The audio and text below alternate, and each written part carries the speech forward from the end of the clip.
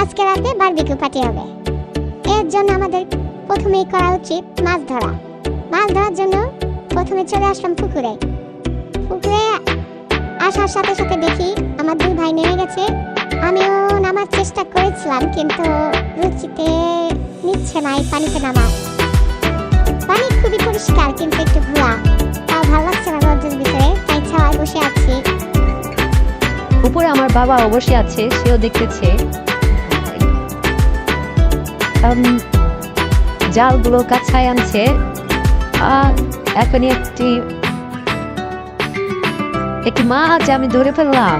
বিশাল আকারে একটি বড় মাছ ধরে ফেললাম। মাছ ধরা শুরু। মাছ, অনেক মাছ উঠেছে। একটি ফলি মাছ উঠেছে। ওয়াও, অনেক মাছ উঠেছে।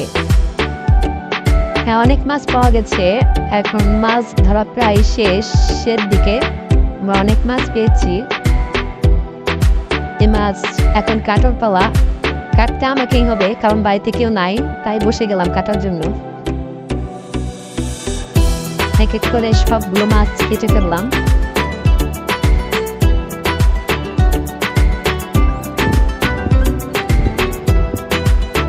মাছগুলো কাটা শেষ। এখন মুরগি জবাই করা।